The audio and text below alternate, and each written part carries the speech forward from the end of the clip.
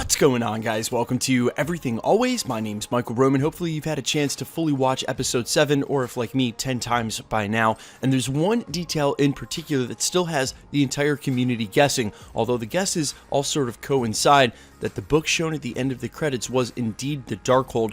There is another option here for what this book could be, a book that ties directly to Agatha Harkness, her child, and Nicholas Scratch. Yeah, we're going to get to that. And the entity that they're trying to raise or give access to this realm, it's got nothing to do with Mephisto or Nightmare. Today, we're going to break down what this book could be. If it's not Darkhold, what the other option is, and what villain that leads directly to that hardly anyone is talking about for the MCU, and very easily could be the major villain that they eventually face off in Doctor Strange in the Multiverse of Madness. And guys, if it's anything like the story from the comics, which we're going to get into, it's absolutely nuts. We're going to break down this alternate villain theory, discuss all the evidence that actually exists for this to be true, and what the option for this book is if indeed in fact it's not the Darkhold. But first, if you could grab the subscribe button, we're still giving away a PlayStation 5 at 800,000 subscribers, as well as Disney Plus subscriptions all year while the shows are live. If you want to be entered to win, all you have to do, hit the subscribe button, then leave a comment down below, and if you want, stick around to the end of the video.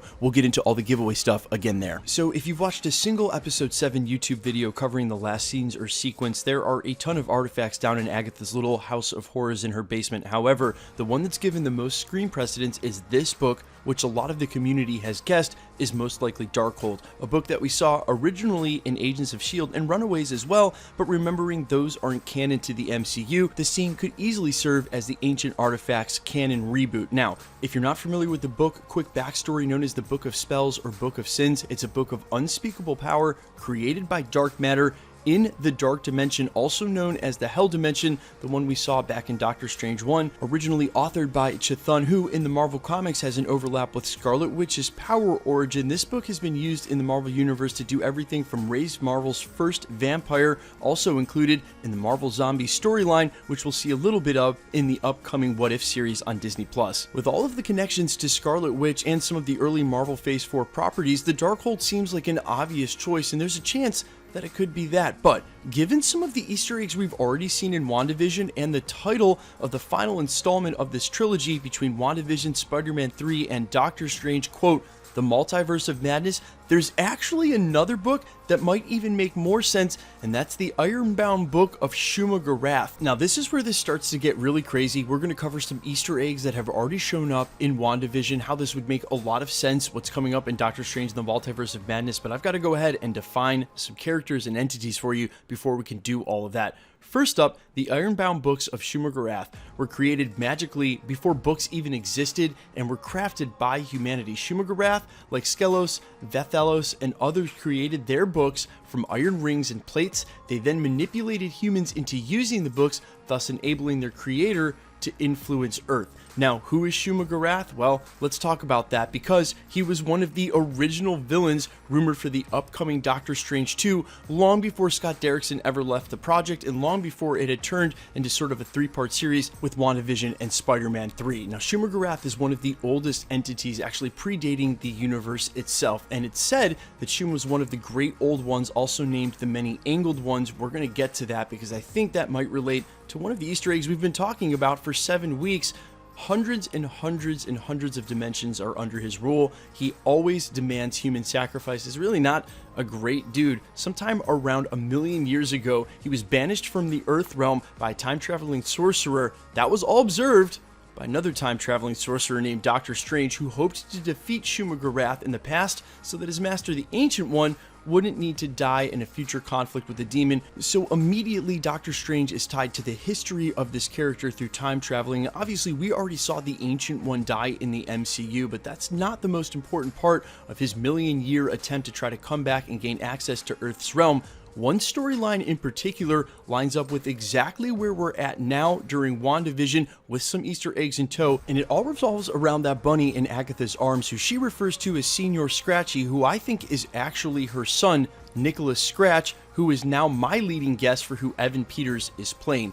Nicholas Scratch, in a later storyline, using one of the Ironbound books of Shuma-Gorath, which I think this book may be, actually summons Shuma-Gorath back to the Earth's realm, and it takes the Fantastic Four alongside Doctor Strange to help defeat him. Now, Doctor Strange actually picks up on Shuma-Gorath because agents of Shuma, like Nightmare, who have been coming to Earth, leave an energy trail which he's able to then follow all the way back to Shuma. There's a crazy story where Shuma-Gorath actually creates another Earth to destroy this Earth, and he basically says to Doctor Strange, you can't defeat me being the protector and the destroyer, meaning you can't defeat me if you need to protect your own Earth and destroy me. Doctor Strange says, okay, fair deal, I'll just become you as you want. And when he goes underneath Shuma-Gorath's control, he becomes the destroyer, and with part control over that entity, causes Shuma-Gorath to impale himself on one of his own tentacles.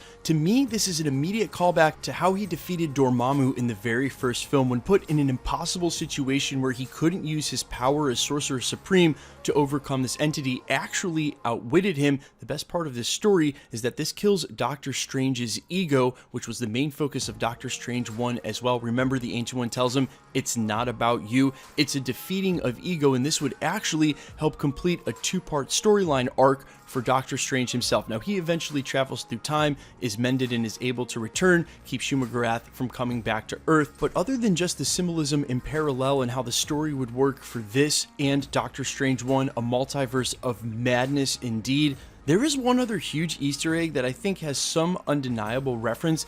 The many-angled one symbol, when you look it up on sort of Marvel Wikipedia, take a look at this, guys. Now, obviously this is meant to imply multi-dimensional, so there's a couple of axes going on here, but you can't deny that this is really close to what the hexagon looks like. It's a hexagon shape indeed, and so maybe that hexagon is meant to invoke Shuma-Gorath the entire time, the many-angled one, the same hexagons that we see present at the top of Agatha Harkness's little devil chamber, the same hexagons that may be perhaps encompassing these ironbound books in Kamar-Taj back in Doctor Strange 1, and the same hexagon that's basically been manifesting in this alternate reality the whole time. Remember, the commercial that we just saw referenced this as a nexus point for which Shuma-Gorath may be trying to enter this Earth. And if this is truly an ironbound book of Shuma-Gorath, we could see Senior Scratchy, who I now think is Nicholas Scratch, maybe even Evan Peters, complete this task in trying to summon Shuma-Gorath to this Earth realm. That's what will play out in Doctor Strange 2.